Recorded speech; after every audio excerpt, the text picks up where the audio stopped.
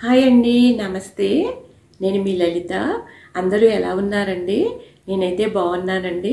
మీరందరూ కూడా చాలా చాలా బాగుండాలని కోరుకుంటున్నానండి. ఈరోజు వీడియో ఏంటంటే నన్ను మీకు పరిచయం చేద్దామని ఈ వీడియో చేస్తున్నానండి. మాది భీమవరం అండి. మా అమ్మమ్మ వాళ్ళది ఉండి, నేను ఉండి హై స్కూల్లోనే చదువుకున్నానండి. నాకు చిన్నప్పటి నుంచి కూడా డ్యాన్స్ అన్నా యాక్టింగ్ అన్నా చాలా ఇష్టం అండి. ఆ రోజుల్లో ఆడపిల్లని బయటికి పంపించేవారు కాదు కదండి, చాలా స్ట్రిక్ట్గా పెంచేవారు కదా. అందులో మా ఫాదర్ అయితే మమ్మల్ని చాలా స్ట్రిక్ట్గా పెంచారండి.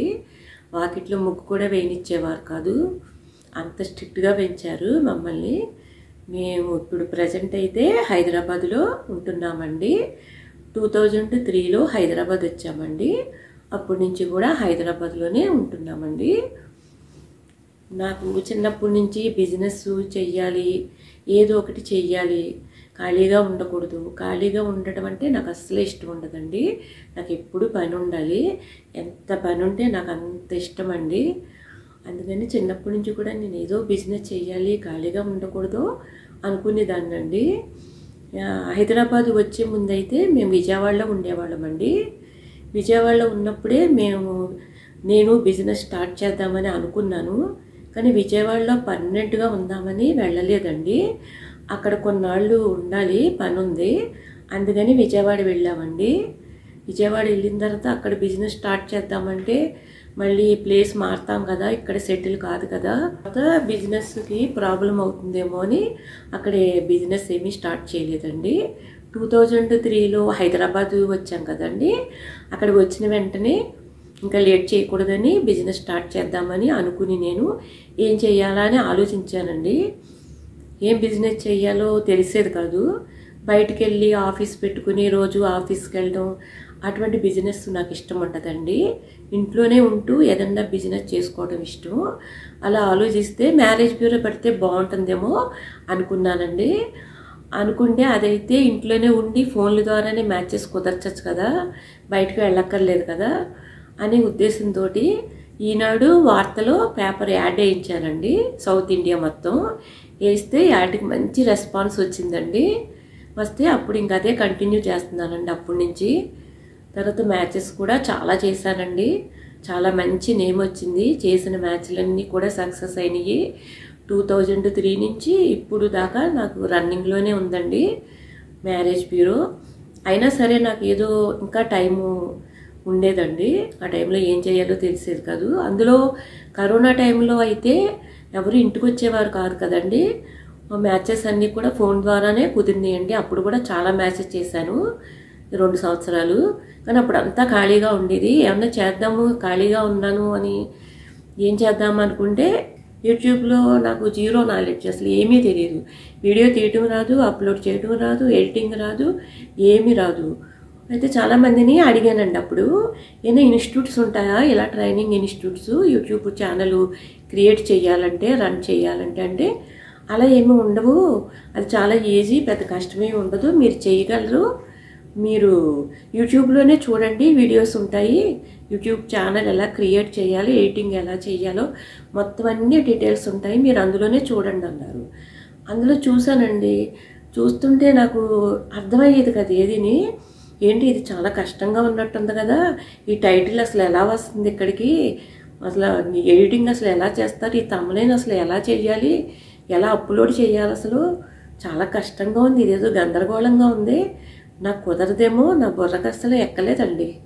కాకపోతే అలా ట్రై చేసి ఇంకా వదిలేశాను. ఇప్పుడు నేను అమెరికా వచ్చానండి. అమెరికా వచ్చిన తర్వాత మీకు తెలుసు కదా, అంతా ఖాళీయే, ఇక్కడ ఏం టైంపాస్ అవ్వదు, ఏం చేయాలో తెలియక ఏమైనా పట్టుదల వచ్చిందండి. ఇంకా ఏమైనా సరే యూట్యూబ్ ఛానల్ పెట్టాలి, నేర్చుకోవాలి, కష్టపడాలి, 1-2 సార్లు చూడాలి వీడియోని, కష్టపడాలి, అలా బద్దకించకుండా అని ఏం చేశాను, వీడియోస్ చూశానండి చాలా రోజులు.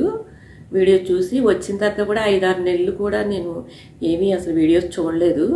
ఒక 5-6 నెలలు పోయిన తర్వాత బాగా బోర్ కొట్టిందండి.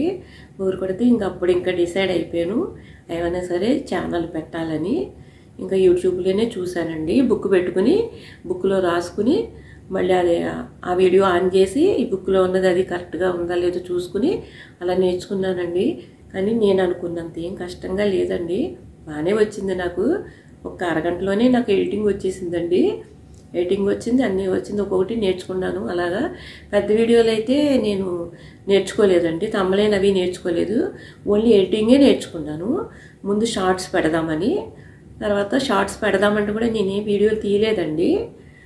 ఇంకా ఏమీ లేవు, వీడియోలు ఏమీ లేవు. యూట్యూబ్ ఛానల్ క్రియేట్ చేశాను కానీ 2 నెలలన్నా ఒక వీడియో కూడా పెట్టలేదండి.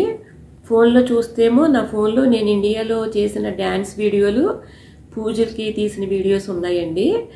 ఉన్నాయి కదా అని అవి ఎడిటింగ్ చేసి నేను షార్ట్స్లో పెట్టానండి. బాగానే పెట్టాను, అప్లోడ్ చేశాను. ఫస్ట్ షార్టే బాగా అప్లోడ్ చేశాను, చాలా బాగా వచ్చింది, చాలా హ్యాపీ. తర్వాత ఒక 20-30 దాకా నా ఫోన్లో ఉన్నవే, ఇండియాలో తీసినవే పెట్టానండి. ఇప్పుడు బాగానే వచ్చిందండి వీడియోస్ తీయటం, ఎడిటింగ్ చేయటం అది బాగానే వచ్చింది. తమ్ముళ్ళని కూడా నేర్చుకున్నాను. అన్నీ ఇప్పుడు నేను నేర్చుకునేవే నేను పెడుతున్నానండి. కొన్ని వీడియోస్ కూడా పెద్దవి తీశాను, కుకింగ్ వీడియోస్ తీశానండి. ఎక్కువైతే షార్ట్సే తీశాను నేను. నా ఇండియాలో నేను తీసుకున్న వీడియోలు ఇక్కడ కొంచెం బయటకు వెళ్ళినప్పుడు ఆ సీనరీస్, ఆ ఫ్లవర్స్ అటువంటివన్నీ నేను తీశానండి. అవే నేను అప్లోడ్ చేస్తున్నాను. కానీ బాగానే నాకు సబ్స్క్రైబర్స్ బాగానే వచ్చారండి, పర్వాలేదు. నేను పెట్టిన వీడియోలకి అయితే నాకు బాగానే సబ్స్క్రైబర్స్ వచ్చారు, వ్యూస్ కూడా బాగానే వస్తున్నాయి. స్టార్టింగ్లోనండి మార్నింగ్ లేచిన వెంటనే ఫస్ట్ ఇంకా ఫోన్ చూడటం, ఎవరన్నా సబ్స్క్రైబ్ అయ్యారా, ఎన్ని వ్యూస్ వచ్చినాయి అని ఏదన్నా ఒక్క సబ్స్క్రైబర్ వచ్చినా చాలా హ్యాపీగా ఫీల్ అయ్యేదాన్నండి, చాలా సంతోషం అనిపించేది. కానీ పర్వాలేదండి, బాగానే సబ్స్క్రైబ్ అయ్యారు నా వీడియోస్కి, వ్యూస్ కూడా పర్వాలేదు, బాగానే వస్తున్నాయండి. మీరు ఎప్పుడూ నన్ను ఇలాగే ఆదరించాలని కోరుకుంటున్నానండి. త్వరలో ఇండియా వెళ్తాను. ఇండియా వెళ్ళిన తర్వాత వ్లాగ్స్ చేయటం అంటే నాకు చాలా ఇష్టం అండి. మీరు నాకు కామెంట్ చేయండి, ఎటువంటి వ్లాగ్స్ చేయమంటే అటువంటివి నేను చేస్తాను. మంచి మంచి హెల్త్ టిప్స్ కూడా చెప్తానండి. ఇంతవరకు సబ్స్క్రైబ్ చేసిన వాళ్ళందరికీ పేరు పేరున ధన్యవాదాలు తెలియజేసుకుంటున్నానండి. నా ఛానల్ సబ్స్క్రైబ్ చేయని వాళ్ళు ఎవరన్నా ఉంటే ప్లీజ్ సబ్స్క్రైబ్ చేయండి. మీ అందరి సపోర్టు నాకు కావాలండి. మీరందరూ కూడా ఎప్పుడు ఇలా నన్ను ఆదరించాలని కోరుకుంటున్నానండి. మీ సపోర్ట్ నాకు ఎప్పటికీ కావాలండి. థ్యాంక్ యూ అండి. నమస్తే అండి.